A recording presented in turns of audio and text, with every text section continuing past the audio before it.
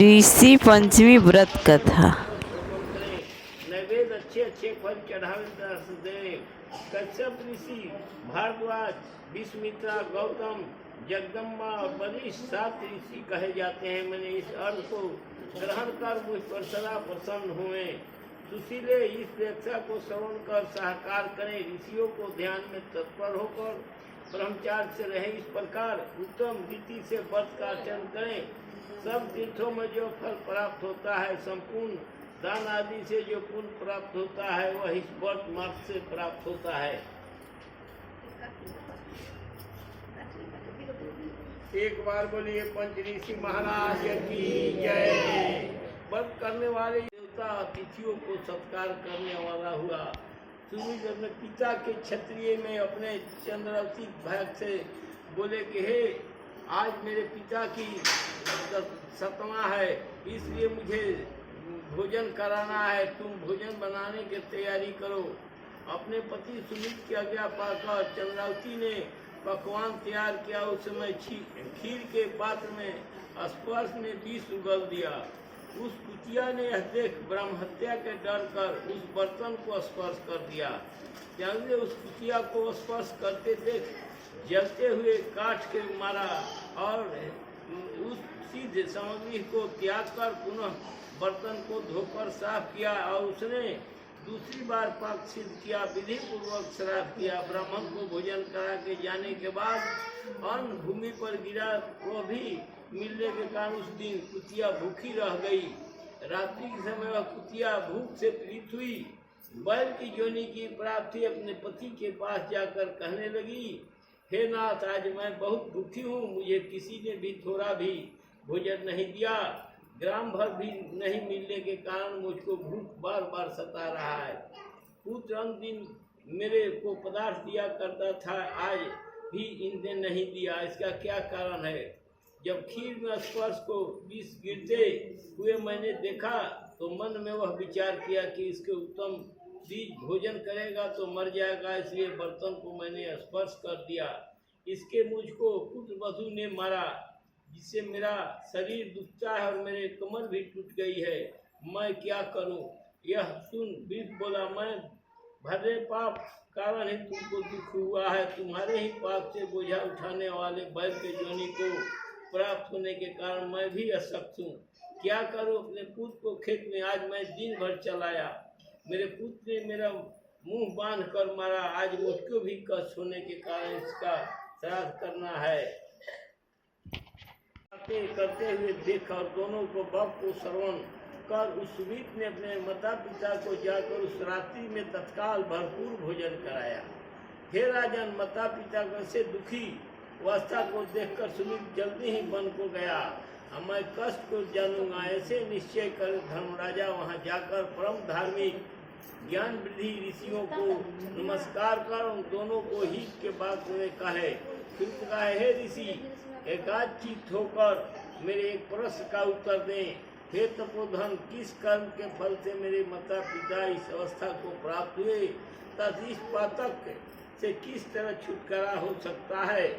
कृष्ण भगवान बोले, उस समय दुखित सुमित ने अंत वचन सुनकर सब जानने वाले सर्प नामक ऋषि करुणा से युक्त थे। सुमित के माता पिता मुक्ति के लिए कहने लगे, हे वीर, एक समय तुम्हारे माता पिता अपने गृही बालक भाव में प्राप्त हुए। ऋषि ऋतु धर्म को जानकर भी अस्वस्थ किया। इस दुष्कर्म के वह कुतिया की योनि को प्राप्त हुई। तुम्हारे पिता उसकी स्पर्श दोष से वृक्ष साढ़ में जन्म लिए। इसलिए दोनों को मुक्ति के लिए तुम ऋषि पंचमी का व्रत करो। हे विपेंद्र, स्त्री सहित विधि से ऋषि का पूजा कर 7 वर्ष तक व्रत का आचरण कर व्रत में धन का मोह छोड़ उदान करें तथा शक और व्याप और नवीन को भोजन करें। यह कंद मूल का आहार करें। हल जोते हुए खेत के अन्न को त्याग करें। भाद्र मास की शुक्ल पक्ष की पंचमी को उस दिन महाकाल में नदी आदि निर्मल जलाशय पर जाकर आप मार्ग कष्ट करें और ओम परत से प्रार्थना कर और करें।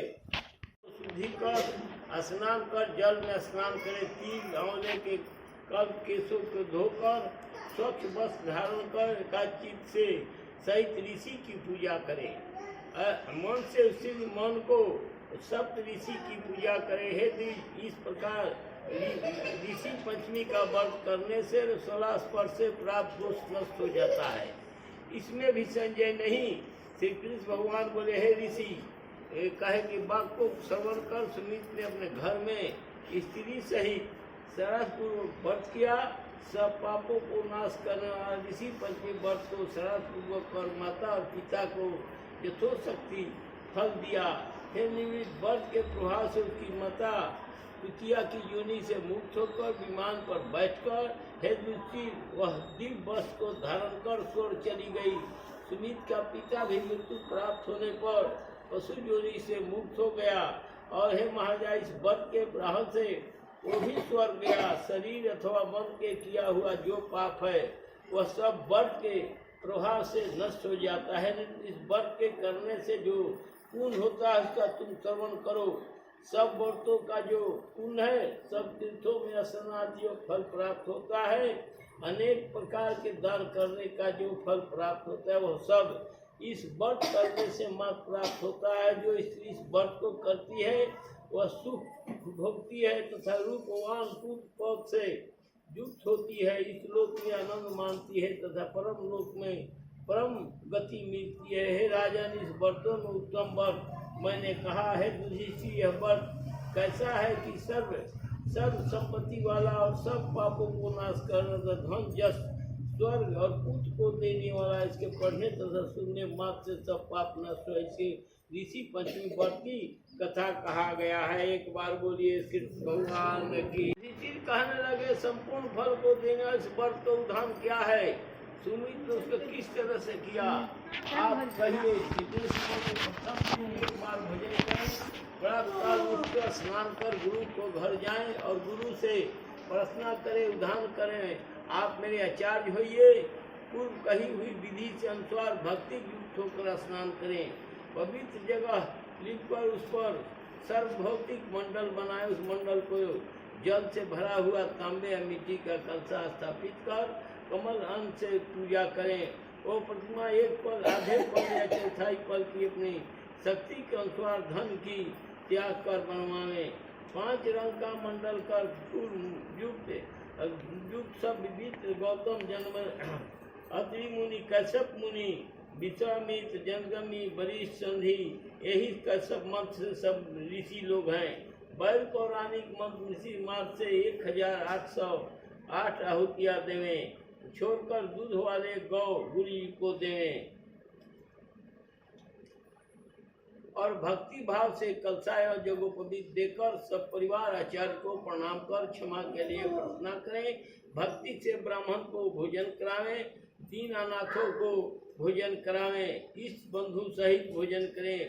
व्रत फल चाहने वाले के लिए मैंने उदाहरण विधि कही है। भूपेंद्र, इस उदाहरण की श्रेष्ठ विधि जो इस प्रकार करती है और सब पापों से छूटकर स्वर्ग लोक को प्राप्त होता है। इस लोक में बहुत दिनों तक पति सहित पवित्र आचरण वाली होकर पुत्र आदि से भरकर नाना प्रकार के भोग कर अंत में सौभाग्यशाली होकर स्वर्ग में जाती है। एक बार बोलिए कृष्ण भगवान की जय। चरण ओम चंद्रमा मनसो जातक्षुः सूर्यो अजायत श्रोताद्वायुश्च प्राणश्च मुखादग्निरजायत कर्पूरगौरं करुणावतारं